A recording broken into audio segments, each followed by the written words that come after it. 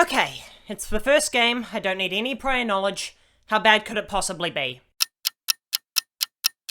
You're wrong. I know now, without a doubt. Kingdom Hearts is light. Alright, there's a lot to unpack here, but Kingdom Hearts 1's story isn't bad. The worst thing a story can be is boring, and Kingdom Hearts is anything but boring. I loved the opening. It establishes the main characters and their relationships, and sets up some mysteries. How did these kids get here? Who's the hooded man? Then you're thrown into Travis Town, where the goals are established. Find our friends, Mickey Mouse, and seal the keyholes of the worlds, so the Heartless can't destroy them.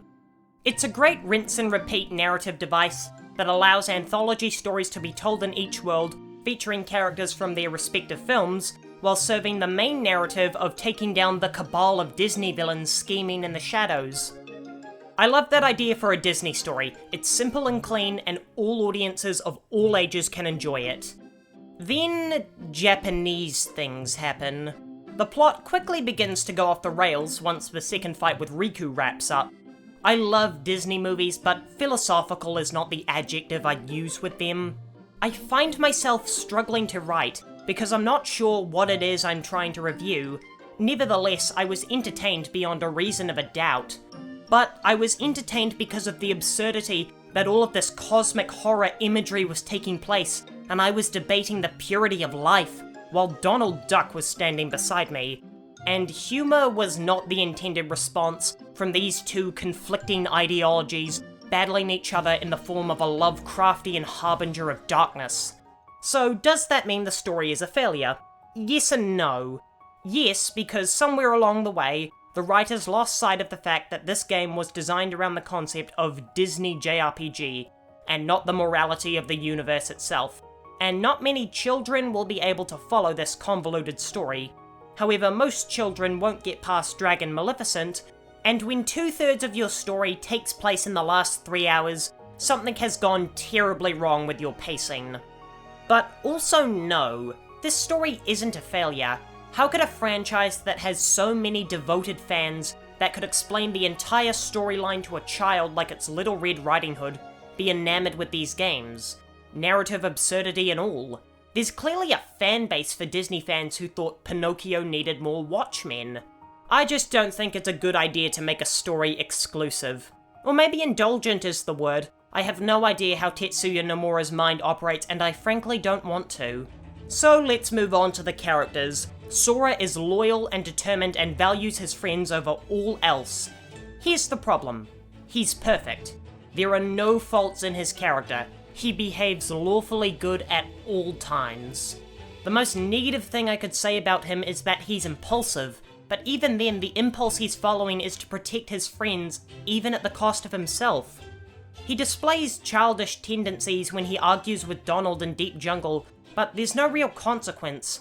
Nevertheless, it is annoying because it kind of means he's boring, and you can always predict what he's going to do.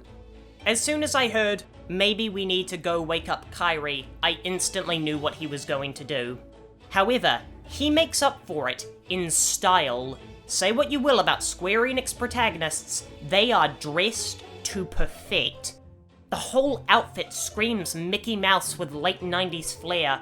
I love how the outfit combines more cutting-edge styles like a black and white jacket, chains hanging off the belt, and fingerless gloves, with cheesy elements like puffy red shorts and yellow clown shoes.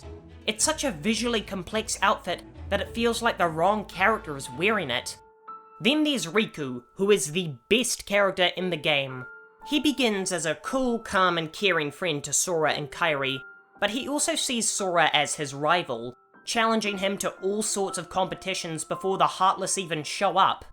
When the Heartless do arrive, he's not afraid of them, but he also doesn't seem to care that they might hurt his friends. In fact, Sora questions him about where Kairi is, and Riku deflects the question, which is inconsistent if his whole reason for betraying Sora is Kairi.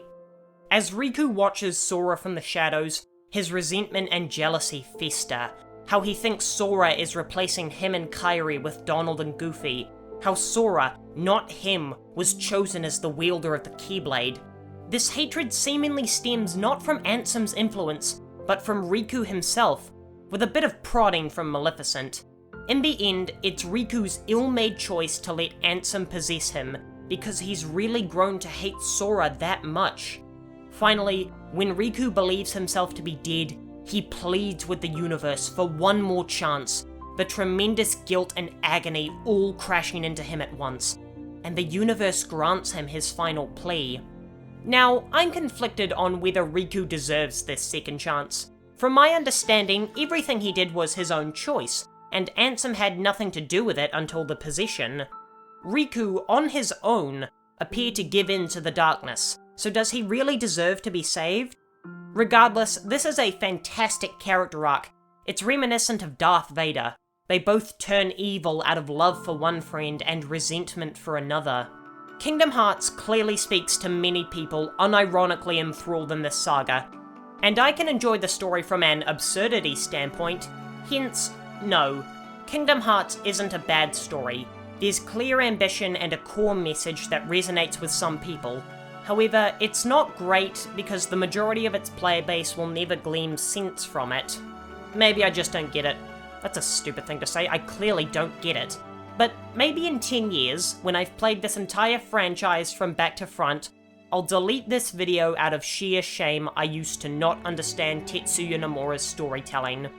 Maybe one day, to me at least, this story really will be simple and clean.